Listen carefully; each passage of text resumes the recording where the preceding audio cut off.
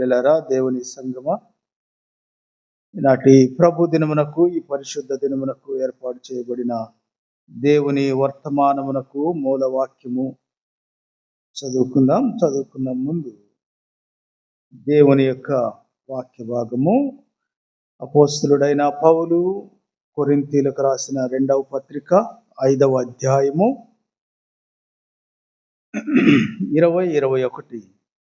కావున దేవుడు మా ద్వారా వేడుకొనినట్టు మేము క్రీస్తుకు రాయబారులమై దేవునితో సమాధానపడుడని క్రీస్తు పక్షముగా మిమ్మును బతిమాలుకొనుచున్నాము. ఎందుకనగా మనమాయన యందు దేవుని నీతి అగునట్లు పాపమెరుగని ఆయనను మన కోసము పాపముగా చేసెను. దేవుడు తన పరిశుద్ధ వాక్యము మన వినికిడిలో దీవించునుగాక. క్రీస్తునందు ప్రియమైన దేవుని బిడ్డలారా, మొదటిగా మీకు యేసుక్రీస్తు నామములో కృపా సమాధానములు కలుగునుగాక.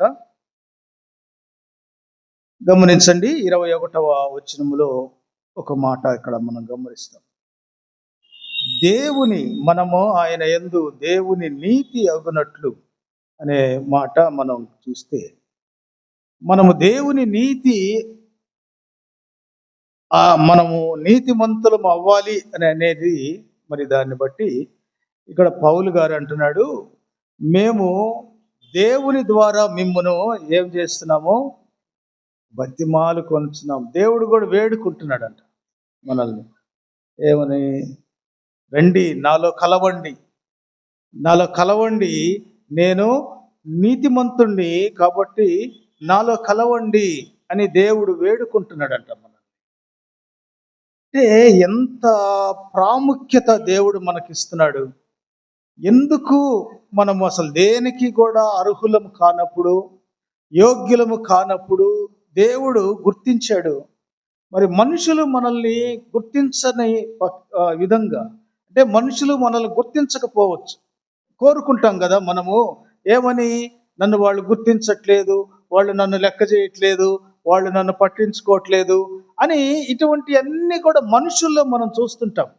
కానీ దేవుడు మనల్ని పర్టికులర్గా మనల్ని చూస్తున్నాడు, మనల్ని ఆయన పట్టించుకుంటున్నాడు. చూడండి, మన దగ్గర ఆస్తి, ఐశ్వర్యం, అందం మరి ఏది కూడా మన దగ్గర లేకపోవచ్చు, కానీ దేవునికి అవి అవసరం లేదు. దేవుడు కేవలము మన హృదయాన్ని చూస్తున్నాడు, మన ఆత్మను చూస్తున్నాడు. ఎందుకంటే ఈ హృదయము నీది కావచ్చు, ఈ ఆత్మ దేవుంది. కాబట్టి దేవుని, మనలో ఉన్నటువంటి దేవుని ఆత్మ దేవునిలో కలవాలి. కాబట్టి మరి ఈ యొక్క మనిషి యొక్క ప్రారంభము, ఆ యొక్క ముగింపును గురించి ప్రసంగి గ్రంథకర్త అంటాడు, ఇదిగో మనుష్యుడు మట్టితో చేయబడినప్పుడు ఆ మట్టి మన్నులో కలవాలి. ఆత్మ దేవుడు ఊదినప్పుడు, మనకిచ్చినప్పుడు ఈ ఆత్మ ఎక్కడికి పోవాలి, దేవుని దగ్గరికి పోవాలి. కాబట్టి దేవుని దగ్గరికి పోవాలి అన్న ఈ ఆత్మ ఏమవ్వాలి, ఇక్కడ పరిశుద్ధంగా కడగబడాలి కదా. మరి మనం వేసుకున్న బట్టలు మనం ఏం చేస్తాం, ఉతుక్కున్నాకనే ఎక్కడికైనా వెళ్ళగలుగుతాం అవి వేసుకొని. కాబట్టి అలాగే దేవుడు కూడా అంటున్నాడు, మీరు ఈ లోకములో ఉన్నప్పుడు లోక మాలిన్యం, లోక సంబంధమైనటువంటి పాపము, లేదంటే ఈ యొక్క లోక సంబంధమైనటువంటివి అన్నీ కూడా మనలను అంటుకొని ఉన్నాయి. కాబట్టి మనకు కావలసింది యేసుక్రీస్తు వారి రక్తం, నీతిమంతుని యొక్క పరిశుద్ధ రక్తము మనకు అవసరం. ఎందుకంటే మనము ఆ పాపాలను కడుక్కోవటానికి అది ఒకటే సరైంది.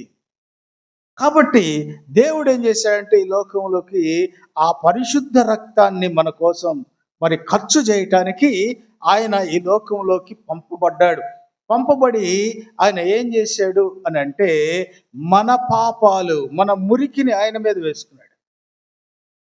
మన మురికిని ఆయన మీద వేసుకొని ఆయన మనకు ఒక పరిశుద్ధ రక్తాన్ని మన కోసము అర్పించాడు. ఆ పరిశుద్ధ రక్తము ద్వారా మన పాపాలను కడుక్కొని మరి మనము శుద్ధులవ్వాలి. కాబట్టి మనలో మనకిస్తున్నటువంటి అవకాశము సమయాన్ని బట్టి దేవుడు ఏమంటున్నాడంటే, ఇదిగో నీలో ముడత మచ్చ కళంకము ఏది ఉండకూడదు. ఎందుకంటే మన పిలుపు వచ్చేంత వరకు మనము ఇదిగో రండి నరులారా తిరిగి రండి అని దేవుడు పిలిచే వరకు కూడా మనం ఏం చేయాలంటే మనల్ని క్లియర్ చేసుకోవాలి. మనలో ఎటువంటివి కూడా, మనలో చిన్న చిన్న పాపాలు తప్పులు కూడా లేకుండా సరి చేసుకొని మనము సిద్ధపడి ఉండాలి. అందుకే ఆయన అంటాడు, ఎందుకనగా దాని గురించి చెప్తున్నాడు. ఎందుకు మిమ్మల్ని బతిమలాడాలి, ఎందుకు మిమ్మల్ని దేవుడు వేడుకోవాలి, మేము ఎవరు మరి మేము చెప్తే మీరు ఎందుకు వినాలి అని అంటే, మరి పౌలు భక్తుడు అంటాడు, ఇదిగో మేము క్రీస్తు రాయబారులం. ఒక ఎల్ఐసి ఏజెంట్ వచ్చి ఏం చెప్తాడు, మీకు ఎల్ఐసి కట్టుకోండి, మీకు మరణానంతరము మీకు ఈ డబ్బులు వస్తాయి అని ఒక ఏజెంట్గా మీకు ఏం చేస్తాడు, ఆయన మోటివేట్ చేస్తాడు. అలాగే మేము దేవుని సేవకులంగా యేసుక్రీస్తు తరపున మిమ్మల్ని బతిమలాడుకొంచున్నాం. ఊరకు చెప్పట్లా, ఏదో చెయ్యండి ఉంటే ఉండండి లేదా అంటం లేదు. బతిమిలాడుకొనుట, చేతులు పట్టుకుంటాం, కావాలంటే కాళ్ళు పట్టుకుంటాం, మిమ్మల్ని బతిమిలాడుకుంటున్నాం. ఎందుకంటే ఒక్క ఆత్మ కూడా నశించిపోవుట దేవునికి ఇష్టము లేదు. లోకమందంతటా అందరూ కూడా మారు మనసు పొందాలని దేవుని యొక్క అభీష్టము. కాబట్టి ప్రియ దేవుని బిడ్డలారా గమనించండి, దేవుడు మనకిస్తున్నటువంటి ఈ యొక్క సమయాన్ని బట్టి, మరి పొడిగిస్తున్న ఆయుష్ను బట్టి, ఇస్తున్న ఆరోగ్యాన్ని బట్టి, ఈ లోకంలో బ్రతకటానికి ఇస్తున్నటువంటి సౌకర్యాన్ని బట్టి మనము మరి వీటిని అనుభవిస్తూనే మనం ఏం చేయాలంటే, మరి దేవుని నీతి అగునట్లుగా మనము దేవునిలో మిళితం అవ్వాలి. కాబట్టి దేవునిలో కలవటానికి రండి అని పిలుస్తున్నటువంటి ఈ యొక్క ఆ మాటను బట్టి, పిలుపుని బట్టి మనం ఏం చేయాలంటే దేవునిలో కలవాలి. ఎంతకాలం దేవునికి బయట ఉండి మనం ఏం చేస్తాం? అందుకే ప్రభు ఏమంటాడు యోహాను సువార్త 15వ అధ్యాయంలో, మీరు నాకు వేరుగా ఉండి ఏమి చేయలేరు, ఎందుకు పనికిరారు.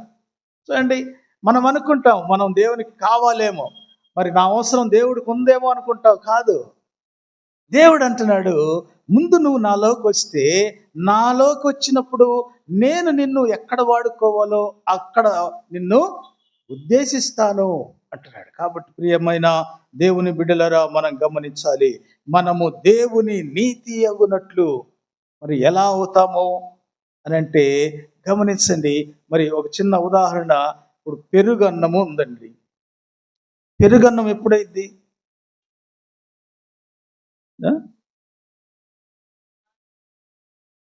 పెరుగన్నము ఎప్పుడైంది? మరి పాలు తోడేసి ఇది వేది కాదు. పెరుగు అన్నంలో కలిస్తేనే అది పెరుగు అన్నం, దానికి ఒక పేరు వచ్చేసింది, ఆ పేరు పెట్టబడింది. అలాగే మనం దేవునిలో నీతి అవ్వాలి అని అంటే, మనము నీతిమంతులం అవ్వాలంటే మనం ఏం చేయాలి అని అంటే, ఆ మనల్ని పిలిచిన వాడు, మనల్ని వేడుకుంటున్న వాడు ఎవరు అనేది మనం తెలుసుకోవాలి. కాబట్టి గమనించండి, దేవుని నీతి అనే దాని గురించి మనం మాట్లాడుకుందాం. కీర్తనల గ్రంథము 145వ సంకీర్తన. కీర్తనల గ్రంథము 145వ సంకీర్తన 17వ చరణం. యెహోవా తన మార్గములన్నిటిలో నీతి గలవాడు, తన క్రియలన్నిటిలో కృపచూపువాడు. తనకు మొర్రపెట్టు వారికి అందరికీ, తనకు నిజముగా మొర్రపెట్టు వారందరికీ యెహోవా సమీపముగా ఉన్నాడు. ఆయన తన మార్గములో ఆయన నీతిమంతుడిగా ఉన్నాడు. చూడండి, నీతి అని అంటే ఏంటి అది తెలియాలి కదా మనకి. మరి ఆ నీతి అనేటువంటి మాటకు న్యాయము, పవిత్రత, ఇది దేవునిలో మాత్రమే ఉంటుంది. దేవుడికి ఒక్కడికే మనం ఆపాదించాలి, మనం చెప్పుకోవటానికి లేదు. అందుకే దేవుడు ఏమన్నాడంటే పరిశుద్ధాత్మ ద్వారా, ఈ భూమి మీద ఈ లోకములో నీతిమంతుడు ఒక్కడు లేడు. ఎందుకంటే న్యాయము లేదు, న్యాయవంతుడు లేడు. మన జీవితంలో మన బ్రతుకులో న్యాయము లేదు. కాబట్టి మరి దేవుడు మరి న్యాయవంతుడిగా ఉన్నాడు, పవిత్రుడిగా ఉన్నాడు. ఆయనలో ఎటువంటి పాపము లేదు, ఎటువంటి చెడు లేదు. కనుక దేవుడు మంచి అనేటువంటి దానికి ఆయన్ని ఆపాదించవచ్చు. ప్రియమైన దేవుని బిడ్డలారా, ఆయన తన మార్గములో అంటే ఆయన జీవితంలో, ఆయన ప్రవర్తనలో, ఆయన అంతటిలో కూడా ఎక్కడ మనము నీలో తప్పు ఉందని చూపించలేము. అందుకే ప్రభు ఈ లోకంలో ఆయన ఒక మాట చెప్పాడు, ఏంటంటే నాలో పాపమున్నదని మీరు ఎవడైనా స్థాపించగలడా, ఎవడైనా చెప్పగలడా? ఈ మాట మనం చెప్పగలిగితే, ఈ మాట ఎక్కడైనా మనం చెప్తే, లేకపోతే ఇక్కడ చెప్తే ఏమంటారు? అమ్మ నీ సంగతి అంతా మాకు తెలుసు అని. మరి ఈ మాట ఎందుకంటే మనకు సాక్ష్యం లేదు. ప్రభు ఏమంటున్నాడంటే, ఇదిగో యోహాను కంటే గొప్ప సాక్ష్యము నాకు ఉంది, కాబట్టి నా సాక్ష్యము నిజమైంది, సత్యము అంటున్నాడు.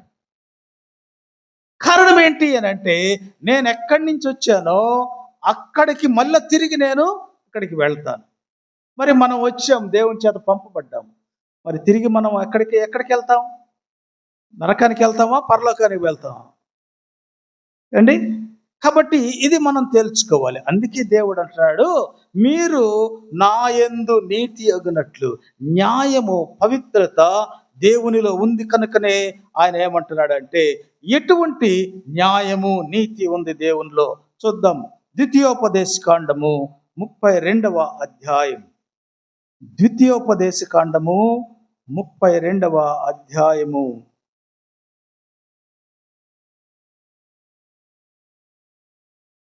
చూడండి, 32:4 వచనములో, ఆయన ఆశ్రయ దుర్గముగా ఉన్నాడు, ఆయన కార్యము సంపూర్ణము, ఆయన చర్యలన్నీ న్యాయములు, ఆయన నిర్దోషి అయి నమ్ముకొనదగిన దేవుడు, ఆయన నీతిపరుడు, యథార్థవంతుడు.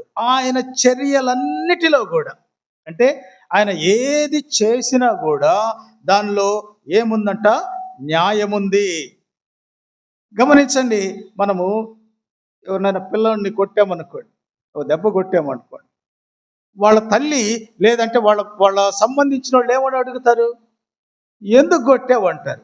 మరి ఆ రీజన్ అనేది మనం చూపించకపోతే మనం తప్పే కదా. అలాగే దేవుడు కూడా ఎందుకు ఆయన చర్యలు, ఆయన చేసేటువంటి కార్యాలు, మరి ఆయన తీసుకునేటువంటి పద్ధతులు, మరి మనల్ని ఒకవేళ శిక్షించేటువంటి విధానములో కూడా దేవుడు న్యాయము చూసే మనల్ని శిక్షిస్తాడు, న్యాయము చూసే మనల్ని ఆశీర్వదిస్తాడు. మనలుండే పవిత్రతను చూసే దేవుడు మనల్ని ఆశీర్వదిస్తాడు. కాబట్టి దేవుడు నన్ను ఆశీర్వదించట్లేదు, నాకెందుకు మరి ఇటువంటి శిక్ష వచ్చింది, నాకెందుకు ఈ బాధ వచ్చింది అని అంటే కాదు. నీలో అన్యాయం ఉంది, అక్రమం ఉంది కనుకనే దేవుడు మరి నిన్ను సరి చేసుకోమంటున్నాడు. నిన్ను వదిలేట్లా, సరి చేసుకొని రా నా దగ్గరికి, నీకు ఆగిపోయిన దీవెనలన్నీ నీకు ఇస్తానంటున్నాడు. కనుక మనం గమనించినట్లయితే ఆయన నిర్దోషి. ఎటువంటి వాడండి? దోషి కాదు, నిర్దోషి. కనుకనే సిలువ మీద ఆయన దోషిగా ఎంచబడ్డాడు. కారణం ఏంటి? మన అతిక్రమ క్రియలన్నీ కూడా ఆయన మీద మోపబడ్డాయి కాబట్టి ఆయన దోషిగా ఎంచబడ్డాడు. కాబట్టి ప్రియ దేవుని బిడ్డలారా, నా పాపముల కొరకు, నీ పాపముల కొరకు, మనందరి పాపముల నిమిత్తం ఆయన ఆ సిలువలో దోషిగా ఎంచబడ్డాడు. కానీ ఆయన ఏ పాపము చేయలేదు. పాపము ఎరుగని వాడు, పాపము లేనటువంటి వాడిగా ఉండి మన పాపముల కొరకు ఆ దేవుని ద్వారా ఆయన పాపముగా చేయబడ్డాడు. కాబట్టి మనం చూసినట్లయితే ఆయన నీతిపరుడు, యథార్థవంతుడు. ఆయన హృదయంలో, ఆయనలో ఎటువంటి కల్మషము లేదు, పక్షపాతము లేదు. ఎటువంటి విభేదము ఆయనలో లేదు. కనుకనే ఒక్కడే సూర్యుడిని పెట్టాడు ఆయన అండి. మరి 2 సూర్యుళ్ళు పెట్టొచ్చుగా. ఎందుకంటే ఒకళ్ళు మంచోళ్ళ కోసం, ఒకడు చెడ్డోళ్ళ కోసం 2 సూర్యులను పెట్టొచ్చు కదా. దేవుడికి పక్షపాతం లేదు. కాబట్టి ఆయన మంచి వారి పైనను చెడ్డవారి పైనను తన యొక్క వర్షము కురిపిస్తున్నాడు, సూర్యుని ప్రకాశింపజేస్తున్నాడు ఆయన. కనుక దేవుని యొక్క నీతిని మనం గమనించినట్లయితే, ప్రియమైన దేవుని బిడ్డలారా, ఇంకొక మాటను చూద్దాం. రోమీయులకు రాసిన పత్రిక 3వ అధ్యాయము 25, 26. పూర్వము చేయబడిన పాపములను దేవుడు తన ఓరిమి వలన ఉపేక్షించినందున ఆయన తన నీతిని కనుపరచవలెనని క్రీస్తు యేసు రక్తమునందలి విశ్వాసము ద్వారా ఆయనను కరుణాధారముగా బయలుపరచెను. దేవుడిప్పటి కాలమందు తన నీతిని కనపరచు నిమిత్తము తాను నీతిమంతుడును యేసునందు విశ్వాసము గలవానిని నీతిమంతునిగా తీర్చువాడునై ఉండుటకు ఆయన అలాగూ చేసెను. పౌలు గారు చెప్తున్నటువంటి మాట, పూర్వపు జీవితం, పూర్వపు బ్రతుకు, మన అలవాట్లు, మన మాటలు, మన చేష్టలు, మన క్రియలన్నిటినీ కూడా దేవుడు ఏం చేశాడట? ఓర్చుకున్నాడట. ఎంత గొప్ప దేవుడు! ఓర్పు లేని క్షణం కూడా ఓర్పు లేని మన జీవితాలకు యేసు ప్రభు మాదిరిగా ఉన్నాడు. ఓర్పు అనేది చాలా ప్రాముఖ్యమైంది. కాబట్టి ఆయన తన ఎదుట ఉన్నటువంటి ఆనందము కొరకు ఆ యొక్క శ్రమను, ఆ సిలువను సహించాడు, ఓర్చుకున్నాడు ఆయన. ఆ శ్రమ, ఆ కష్టం, ఆ బాధలు, మరి ఆ యొక్క మరి ఆయన్ని అవమానించినటువంటి రీతిని సమస్తమును ఓర్చుకున్నటువంటి దేవుడు ఆయన మనకు నేర్పిస్తున్నాడు. ఓర్చుకోండి. ఓర్పు చాలా అవసరం క్రైస్తవుడికే కాదు, ఈ లోకములో ఉన్న ప్రతి ఒక్కరికి కూడా ఓర్పు అనేది చాలా అవసరం. ఈనాడు ఓర్పు లేనిటువంటి, సహించుకోలేనటువంటి విధములో మనుషులు ఎలా మారిపోయారంటే క్రూరులుగా మారిపోయారు. అంత భయంకరం. అసలు మనుషుల యొక్క ఆలోచన విధానం మారిపోతుంది. మానవత్వం లేని మనుషులుగా, మరి మృగపు ఆ యొక్క స్వభావాన్ని వాళ్ళు కలిగి ఉంటున్నారు. చూడండి, ఒక్క క్షణం ఓర్చుకుంటే ఏమవుతుంది? నువ్వు తప్పు చేయవు. కాబట్టి ఆ క్షణము ఓర్చుకోలేకపోవటం వల్ల అనర్థాలు, మనిషి జీవితం పాపములోకి నెట్టబడుతుంది. ఎంత భయంకరం! కాబట్టి ఇక్కడ మనం చూస్తే యేసుక్రీస్తుని మనకు కరుణాధారముగా దేవుడు అనుగ్రహించాడు. కరుణాధారం అంటే నువ్వు వాడికి వచ్చి అక్కడ మోకరించి ఆయన ఎదుట నీ మోకాళ్ళలోంచి కన్నీరు కాచి ప్రభువా నన్ను క్షమించు అని గనక నువ్వు అడగగలిగితే ఆయన క్షమించేస్తాడు. అదే కరుణాధారం. ఆ కిందసములో దేవుడు పెట్టాడంటే మనల్ని క్షమించడానికి. దేవుని సన్నిధిలో నువ్వు కనుక అక్కడికి వచ్చి వేడుకుంటే దేవుడు అక్కడికి వస్తాడు. చూడండి, నీతో పాటు వస్తాడు, నేను కలుసుకోవటానికి వస్తాడు. నువ్వు చేసే ప్రార్థన అక్కడ వింటాడు.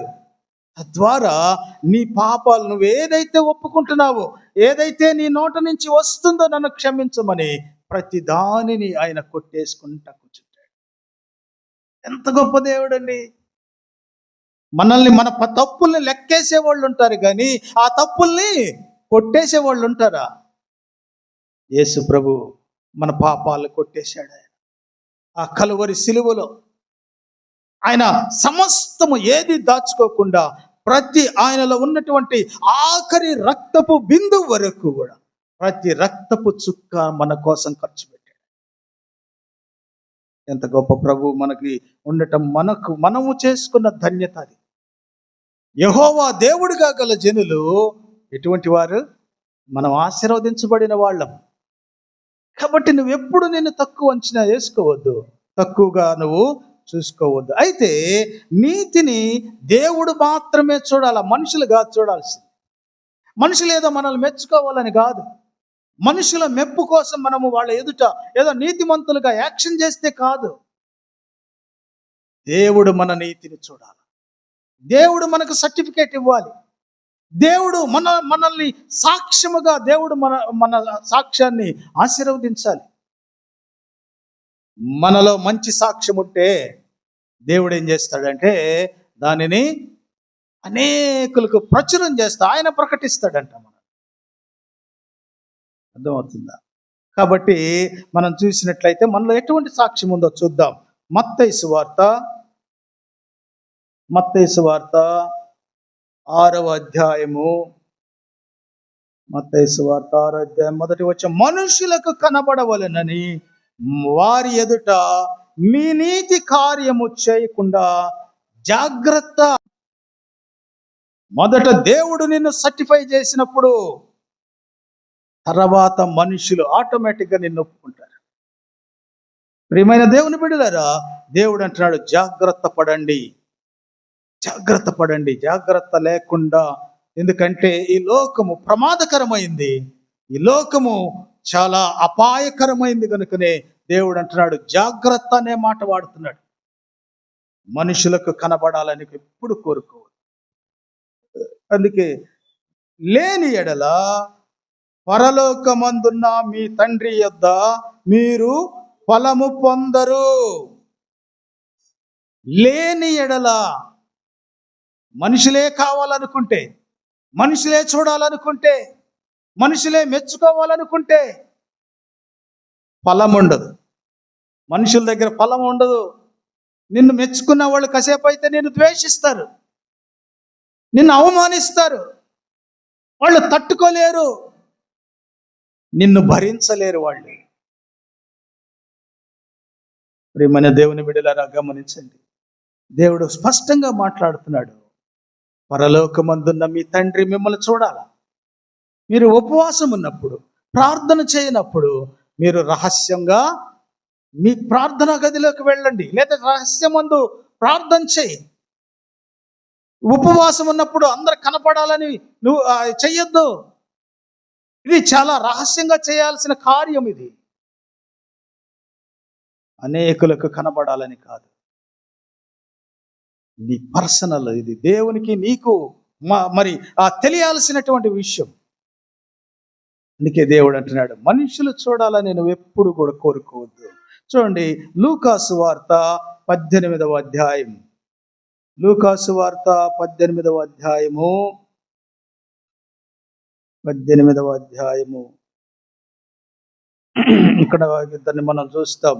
9వ వచనములో మనందరికీ తెలిసి ఈ విషయము, తామే నీతిమంతులమని తమ్మును నమ్ముకొని ఇతరులను తృణీకరించు కొందరితో ఆయన ఈ ఉపమానము, కొందరితో, అందరు కాదు, కొందరు ఉంటారు ఈ బ్యాచ్, ఏమని, మేమే నీతిమంతులమై, మేమే పరలోకానికి పోతాం, మాకే దేవుడు, ఇంకెవరికి దేవుడు కాదు ఆయన, మేము స్వచ్ఛమైనటువంటి వాళ్ళమని చెప్పుకునేటువంటి వాళ్ళకి దేవుడు చెప్తున్నాడు, ఇదిగో ఈ ఉపమానం ద్వారా యేసే మాట్లాడుతున్నాడు, ప్రార్థన చేయుటకు 2 మనుషులు దేవాలయమునకు వచ్చారంట. ఇక్కడికి వాళ్ళలో మీరున్నారేమో ఆలోచన చేయండి.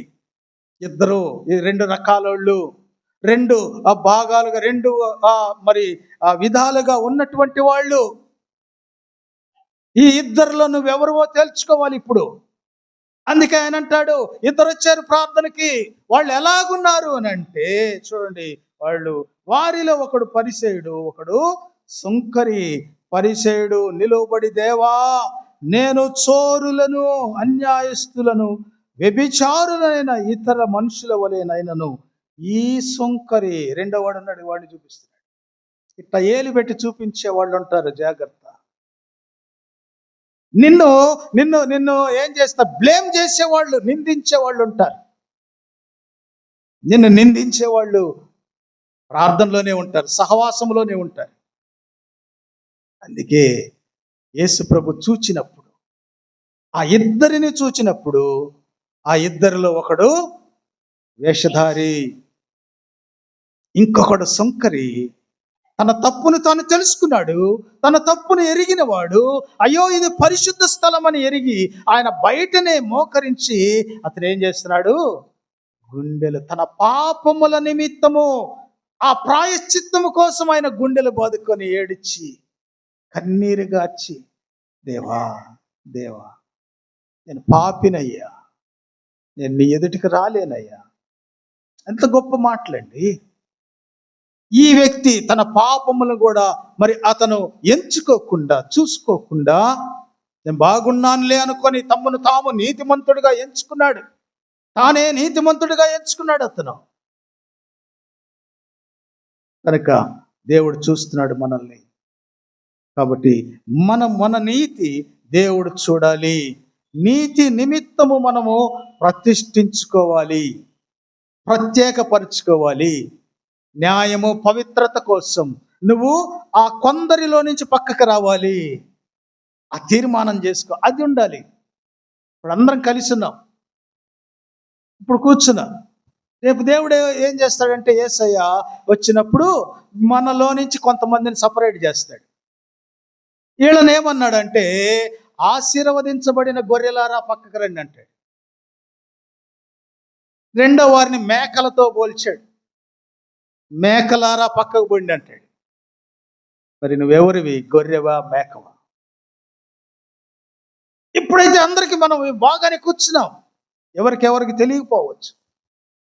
రేపు దేవుడు మనల్ని వేరు చేసేటప్పుడు అయ్యో ఆ గుంపులోకి నేను ఎందుకు వెళ్ళలేకపోయాను, ఎందుకు నేను ఉండలేకపోయాను అనంటే ఇక్కడ జరిగేటువంటి ఈ యొక్క విషయంలో మిమ్మల్ని బతిమాలుకుంటున్నాం. మిమ్మల్ని బతిమాలుకుంటున్నాం. అమ్మలారా, మేకల్లో ఉండొద్దు, గొర్రెల్లోకి రండి అమ్మా. అయ్యలారా, గొర్రెల్లోకి రండి. దేవుడు మీ స్వభావాన్ని మారుస్తాడు, మీ రూపాన్ని మారుస్తాడు. గొర్రెల్లోకి రండి. బతిమలాడుకుంటున్నాం ఈరోజు మిమ్మల్ని. కనుకనే మరి ఈ యొక్క వర్తమానం ద్వారా దేవుడు ఏమంటాడంటే మిమ్మల్ని ఈ నీతి, ఈ పవిత్రత కోసము ప్రత్యేకపరుచుకోండి. ఇక నుంచి మునుపటి దినాల్లో నువ్వు వెట్టున్నావు కాదు, నిన్నటి దినం వరకు నువ్వు వెట్టున్నావు కాదు, ఈ రోజున బలలో చేయి వేయబోతున్నావు. బలలో చేయి వేయబోతున్నావు, దేవుని రొట్టెలో చేయి వేయబోతున్నావు, దేవుని రక్తములో చేయి వేయబోతున్నావు. నిన్ను ప్రత్యేకపరచుకో. దేవుడు అంటున్నాడు ఆ రొట్టె, ఆ యొక్క రక్తము వాక్యము. గుర్తుపెట్టుకోండి, వాక్యము పవిత్రమైంది. పవిత్రమైన దానిలో అయోగ్యంగా నువ్వు ప్రత్యేకపరచుకోకుండా నువ్వు కనుక చెయ్యి వేస్తే ఏమవుతుంది? అయోగ్యత. పాపముతో ఆ చేతులు. దావీదునన్నాడు దేవుడు, నువ్వు నా మందిరం కట్టడానికే వీల్లేదు, కారణం నీ చేతులు రక్తముతో ఉంది. జాగ్రత్త, చూసుకో. అందుకే యెషయా ప్రవక్త కూడా అంటున్నాడు, ఇదిగో మా పాపములు రక్తములాగా ఎర్రగా ఉన్నాయ్యా. అండి, రక్తము వలె ఎర్రగా ఉన్నాయి, వాటిని కడుగయ్యా. హిమము కంటే తెల్లగా కడుగయ్యా. దావీదు అడిగాడు. ప్రత్యేకపరుచుకుందాం దేవుని దగ్గర. ఎందుకంటే అయోగ్యముగా చేయి వేయవారు అనేకులు మరణించారు. ఈరోజు కొత్త నెల, కొత్త మాసములోకి, క్రొత్త ఆదివారములోకి మనం ప్రవేశించాము. దేవుడు అనుగ్రహించిన ఈ క్రొత్త ఆదివారపు దేవుని వర్తమానం ద్వారా దేవుడు మనకిస్తున్నటువంటి ఒక అవకాశం, దేవుని యొక్క దీర్ఘశాంతమును బట్టి యేసుక్రీస్తు అనే మరి కరుణాధారం, ఆ కరుణాపీఠముగా మనకు దేవుడు అనుగ్రహించాడు. యేసయ్య ద్వారా మనం క్షమించబడితే చాలు, మనం పరలోకములో ఉంటాం.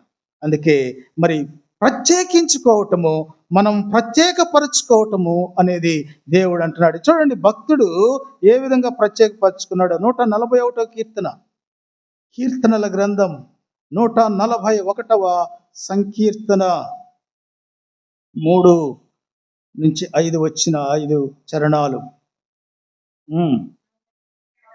యెహోవా నా నోటికి కావలి ఉంచుము, నా పెదవుల ద్వారమునకు కాపు పెట్టుము. పాపము చేయు వారితో కూడా నేను దుర్నీతి కార్యములలో చొరబడకుండునట్లు నా మనస్సు దుష్కార్యమునకు తిరగనీయకము. వారి రుచిగల పదార్థములు నేను తినకయుందునుగాక. ప్రార్థన చేస్తూ తను తాను సపరేట్ చేసుకుంటున్నాడు, తను తాను ప్రత్యేకపరుచుకుంటున్నాడు. ఈయన భక్తుడు దావీదు. చూడండి, దావీదు క్షమించబడిన తర్వాత, దేవుడు ఆయన క్షమించిన తర్వాత దావీదు తను తాను ఇంకా శుద్ధినిగా చేసుకోవటానికి ప్రయత్నం చేస్తున్నాడు. మరి నీకుందా? మనం ఎన్నో వర్తమానాలు, ఎన్నో వాక్యాలు మరి మనం వింటున్నాం. మనల్ని మనము ఎప్పుడైనా ఆలోచన చేసుకున్నామా? దేవా, ఈ ప్రార్థన ఎప్పుడైనా మనం చేశామా? మన పెదవులు నా నోటికి కావలి ఉంచు. ఒక దూతను పెట్టాయా నా నోటికి, నా నోటి దగ్గర. నేను ఏదైనా తప్పు మాట్లాడితే ఆ దూత ఏం చేయాలి? వాత పెట్టాలి. అట్ట ప్రార్థన చేయాలి. వాత పెట్టాయా నా నోటి మీద, అబద్ధం ఆడకుండా, అండి తప్పుడు మాటలు మాట్లాడకుండా, బూతులు మాట్లాడకుండా, అబద్ధాలు చెప్పకుండా నా నోటికి కావలించయ్యా.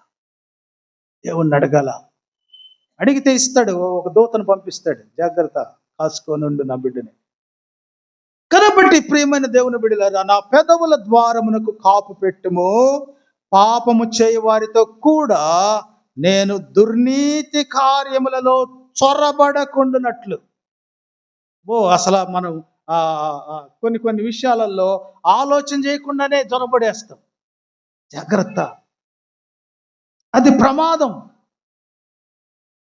కాబట్టి అటువంటి విషయాల్లో నువ్వు ఆలోచన లేకుండా గనక వెళితే, ఆలోచన చేయకపోతే, వివేచన లేకుండా నువ్వు వెళ్ళిపోతే దేవుడు నిన్ను వదిలేస్తాడు. అందుకే అనేక ప్రమాదాల్లో మనుషులు పడిపోతున్నారు. అందుకే ఈయన ఈ మాట నా మనసు దుష్కార్యమునకు తిరగనీయద్దు. దుష్కార్యము, ఇతరులకు ఏం చేయటము? మేలు చేయకుండా మోసం చేయటం, ఇతరులకు అపాయం కలిగించటం, ప్రమాదం కలిగించటం, మన నోటి ద్వారా, మన మాట ద్వారా, మన నాలుక ద్వారా ఎంత ప్రమాదాలు వస్తాయి. అనాలోచితమైన మాటల ద్వారా జీవితాలు పాడైపోతాయి. అందుకే బైబిల్ చెప్తుంది, నువ్వు మాట్లాడేటప్పుడు 2 సార్లు ఆలోచన చేయి. 2 సార్లు నీ మాటను గమనించుకో. ఎందుకంటే ఇక్కడ పుట్టకుండా ఇక్కడ రాదు కదా. నీ హృదయం దేనితో నిండి ఉంటుందో అదే మాట్లాడుతుంది కదా. అందుకే మొదట నీ హృదయంలోకి వచ్చి ఆ మాట వచ్చినప్పుడు, ఇది నిజమా, ఇది సత్యమా, ఇది కరెక్టేనా అనేది నువ్వు నిర్ధారణ చేసుకొని దానిని డెలివరీ చేయాల. అందుకే దేవుడు అంటున్నాడు, ఈయన మరి అయినా కూడా నీకు రక్షణ లేని వారి ఇళ్లలో మంచి భోజన పదార్థాలు తింటే ఏం లాభం? ఇది కూడా గమనించుకోవాలి. రక్షణ లేదు ఆ కుటుంబానికి, ఆ ఇంటికి. మరి ఏమాత్రము కూడా దేవుని దగ్గర యోగ్యత లేని ఇళ్ళకు పోయి మంచి రుచిగల పదార్థాలు తినాలనుకుంటే ఈయన అంటున్నాడు, ఏమంటున్నాడంటే, వారి రుచిగల పదార్థములు నేను అసలు ఆ ఇంటికే నేను పోను, వాడు ఆ సహవాసానికే పోను. తీర్మానం. పోకపోయిన అవసరం, ఇబ్బంది లేదు. వాళ్ళు మనల్ని ఏమన్నా అనుకుంటారే, అదే తీసేసేయండి. దేవుడు అనుకోకుండా చూసుకోండి. అందుకే ఆయన అంటాడు. కాబట్టి ప్రతిష్ఠించుకోవటం అనేది చాలా ప్రాముఖ్యమైనటువంటిది. నీతి వస్త్రము మన పైన ఉండాలి.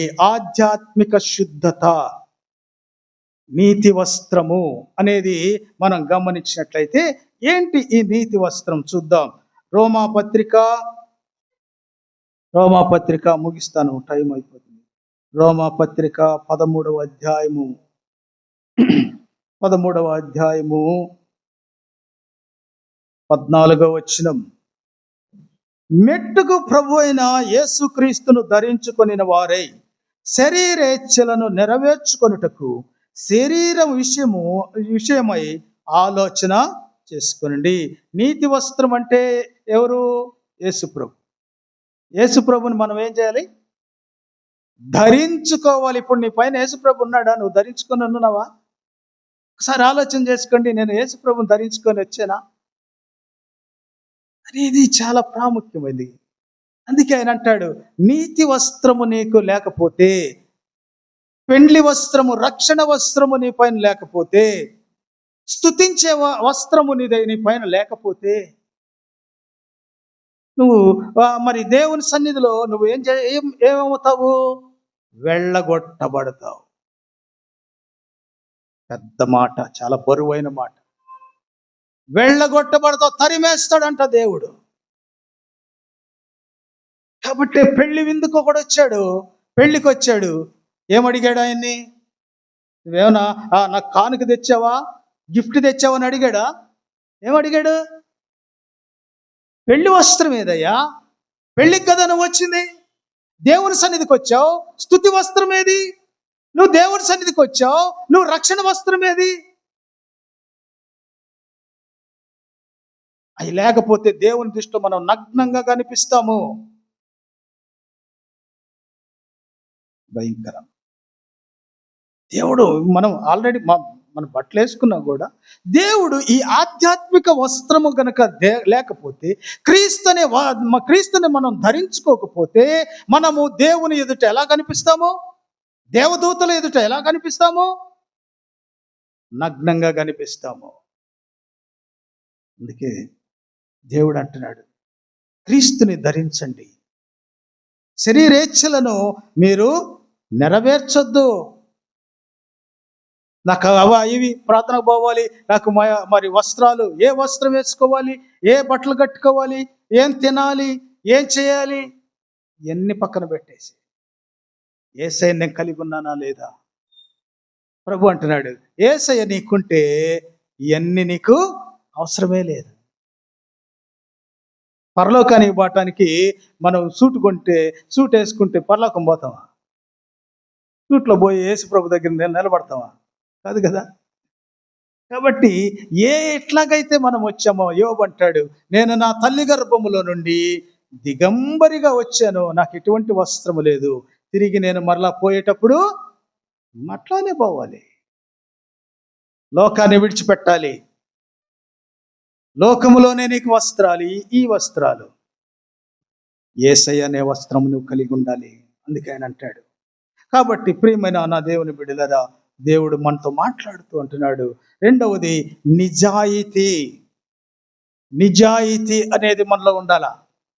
క్రీస్తు ప్రవర్తన, క్రీస్తు వారి ప్రవర్తన మనలో ఉండాలి. నిజాయితీ. గమనించండి, మనం చూసినట్లయితే కొరింథీయులకు రాసిన 2వ పత్రిక 8వ అధ్యాయము 21వ వచనం, ఏలయనగా ప్రభు దృష్టి యందు మాత్రమే కాక మనుషుల దృష్టి యందును యోగ్యమైన వాటిని గూర్చి శ్రద్ధగా ఆలోచించుకొనుచున్నాము. జాగ్రత్త, మనుషుల దృష్టి కూడా చాలా ప్రాముఖ్యమైంది.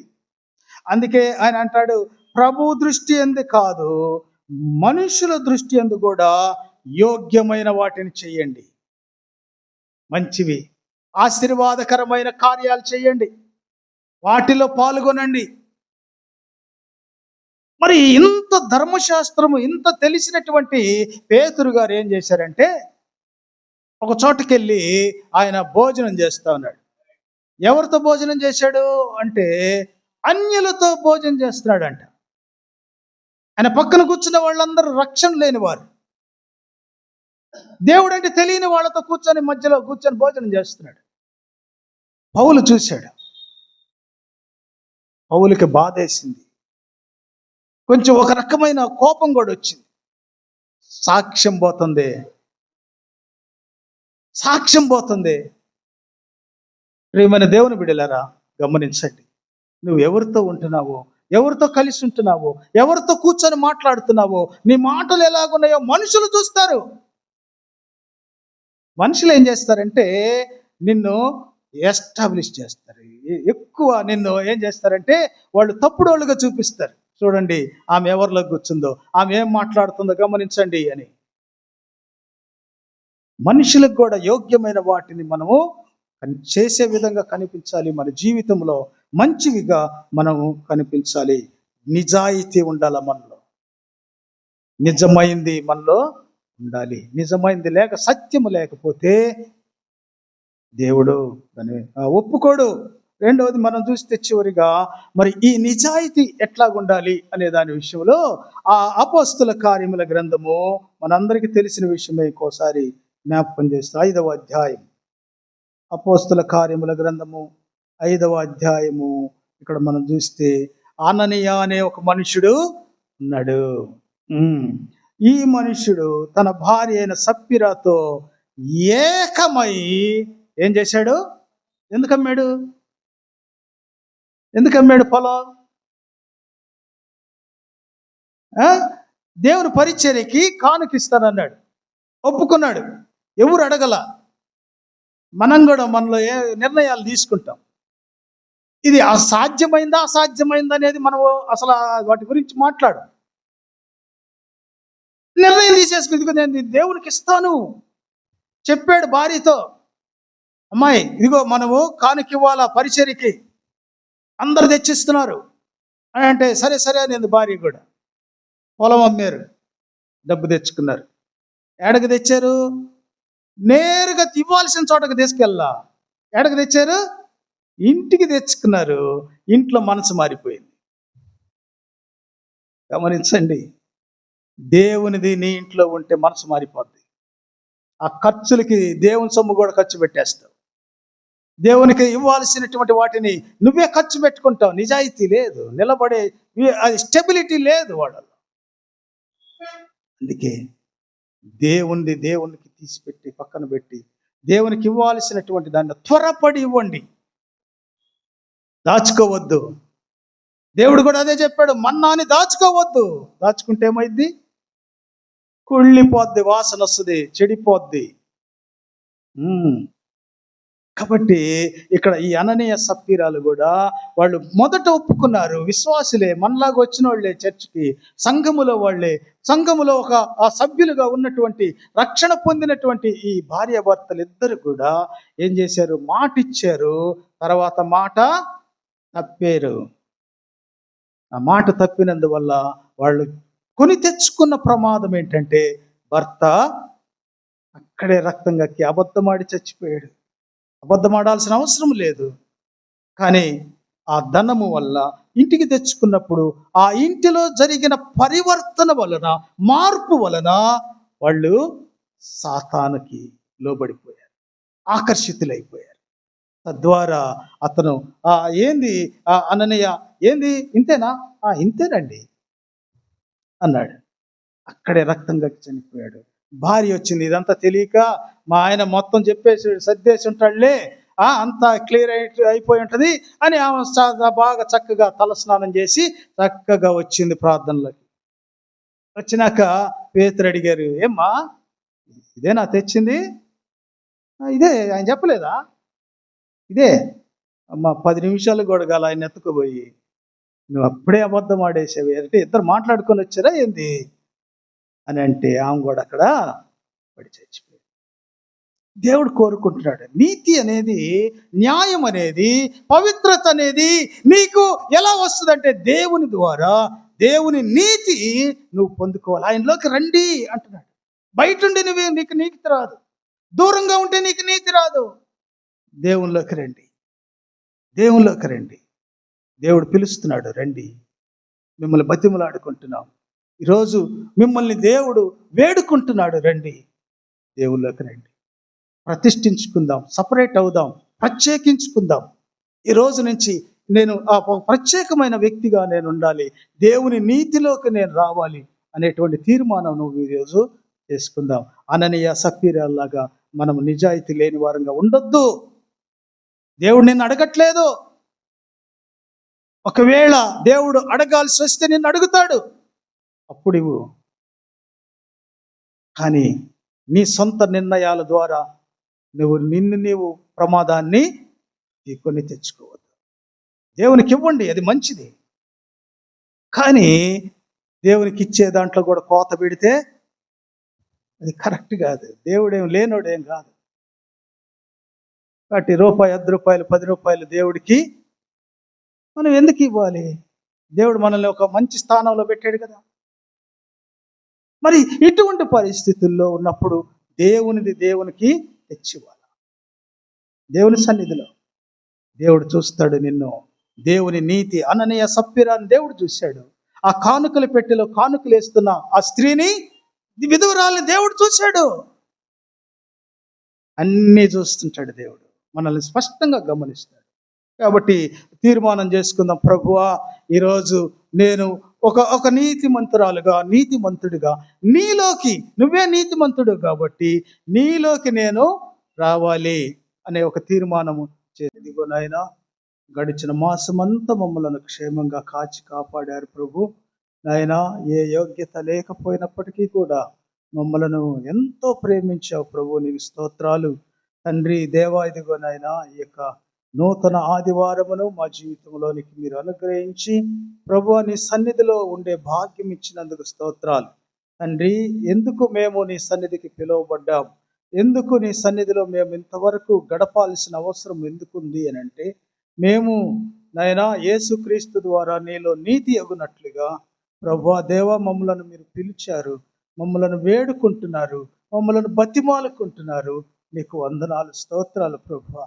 దేవా, బతిమాలుకునే యోగ్యత మాకు లేదు తండ్రి, మేము అట్టి వారం కాదు, దానికి యోగ్యత లేని వారం మేము. అయినప్పటికీ ప్రభువా, ఇదిగో మేము నశించిపోకుండా నరకానికి వెళ్లకుండా ప్రభువా నాయనా మమ్మలను మీరు తప్పించాలనే ఒక తండ్రి అభీష్టం, దాన్ని బట్టి మీరు నాయనా మమ్మలను పిలిచారు ప్రభువా. ఈ ఆదివారం ఈ ఉదయకాలమున ఈ సన్నిధిలో గడిపే భాగ్యం ఇచ్చినందుకు స్తోత్రాలు చెల్లిస్తూ ఉన్నాం. ప్రేమ కలిగిన తండ్రి యేసు ప్రభువా దేవా, మా యొక్క నాయన బ్రతుకుని మార్చుకొని మాలో నాయన ఉన్నటువంటి స్వనీతిని తీసేసుకొని దేవుని నీతి అగునట్లు ప్రభువా ఇదిగో తీసుకునే ప్రత్యేక తీర్మానం కోసం ప్రార్థన చేస్తున్నాం. దావీదు నాయన ఏ రీతిగా అయితే ప్రత్యేక తీర్మానం చేసుకున్నాడు, తన నోటిని, తన ప్రవర్తనను, తన యొక్క నిర్ణయాలు నాయన ఇదిగో తండ్రి తన సహవాసాన్ని ప్రభువా మార్చుకోవటానికి ఇష్టపడ్డాడు ప్రభువా. అదే రీతిగా మేము కూడా నాయన ఆ రీతిగా ఉండటానికి సహాయం దయచేయండి. ఇదిగో తండ్రి నాయన చెప్పబడినటువంటి, ప్రకటించబడినటువంటి నాయన వ్యక్తులు, అనారోగ్యముతో ఉన్నటువంటి వారు ప్రభువా ఇదిగో తండ్రి వారందరి కోసం ప్రార్థన చేస్తున్నాను తండ్రి. నీ సన్నిధిలో జ్ఞాపకం చేసుకుంటున్నాం. సంఘము అత్యాశతో ప్రార్థించినప్పుడు గొప్ప కార్యాలు జరిగినాయి ప్రభువా తండ్రి. బంధకాలు తెంపబడ్డాయి ప్రభువా, విడుదల కాబడింది ప్రభువా. దేవానికి స్తోత్రాలు చెల్లిస్తున్నాం నాయనా. ఇదిగో తండ్రి నువ్వు మా మధ్యలో ఉన్నావు తండ్రి. అయా నీకు స్తోత్రము తండ్రి.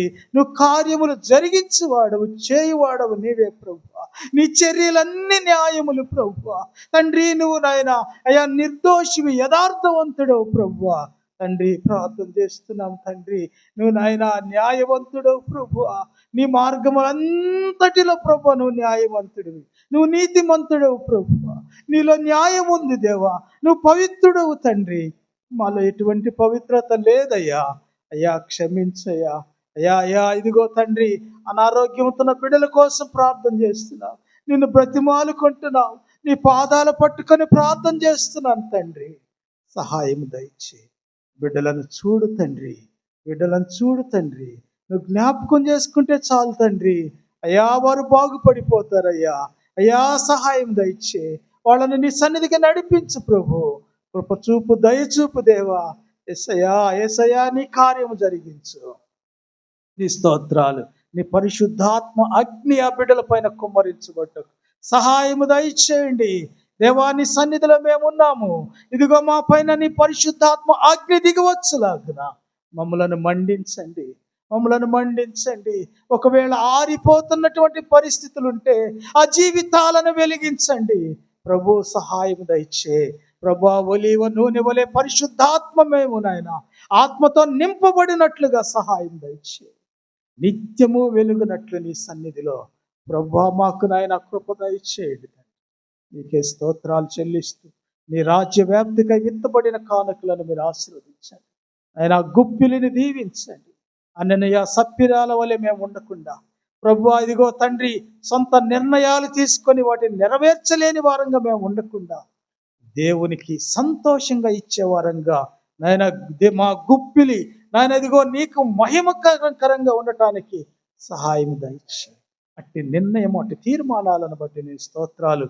చిన్న బిడ్డలను ఆశీర్వదించండి నాయన. యవ్వన బిడ్డలను దీవించండి. వృద్ధాప్యములో ఉన్న బిడ్డలను ఆశీర్వదించండి ప్రభు. దేవా ఇదిగో తండ్రి ఈ కృపా పరిచర్యను నాయన తమ భుజ స్కంధాల మీద మోస్తున్న బిడ్డలను దీవించండి నాయన. ఆ బిడ్డలను ఆశీర్వదించండి తండ్రి ప్రభువా వారికి కావలసినటువంటి సమయోచితమైన జ్ఞానము బిడ్డలకు దయచేయండి. ప్రభు నీకు స్తోత్రములు. ఏది మంచిదో ఏది చెడ్డదో మనుష్యులకు కనబడాలని కాదు, దేవునికి కనబడి వారి ఫలము పొందుకునే భాగ్యము దయచేయండి. బిడ్డలను బహుగా దీవించండి, వారి కుటుంబాలను దీవించండి, వారి యొక్క నాయన చేయు పనులను దీవించండి, వారి ఉద్యోగాలను ఆశీర్వదించండి. ప్రభు ఆ సహాయం అనుగ్రహించి దీవించి మీరు మహిమ పొందమని యేసయ్య నామమున ప్రార్థించి వేడుకుంటున్నాము తండ్రి. ఆ పరమ తండ్రి అయిన దేవుని ప్రేమ, మన రక్షకుడైన యేసుక్రీస్తు కృప, పరిశుద్ధాత్మ దేవుని ఆదరణ, అన్యోన్య సహవాసం మనము దేవుని నీతి అగునట్లు దేవుడు మనల్ని బతిమాలుకొనుచుండగా ఆయన మరి ఇచ్చినటువంటి ఈ యొక్క వర్తమానమునకు లోబడి మరి దేవుని నీతిలోకి ప్రవేశించుటకు ఇష్టపడిన ప్రతి బిడ్డకును సకల పరిశుద్ధులకును ప్రభు రాకడ పర్యంతము సదాకాలము తోడే నడిపించునుగాక. ఆమేన్.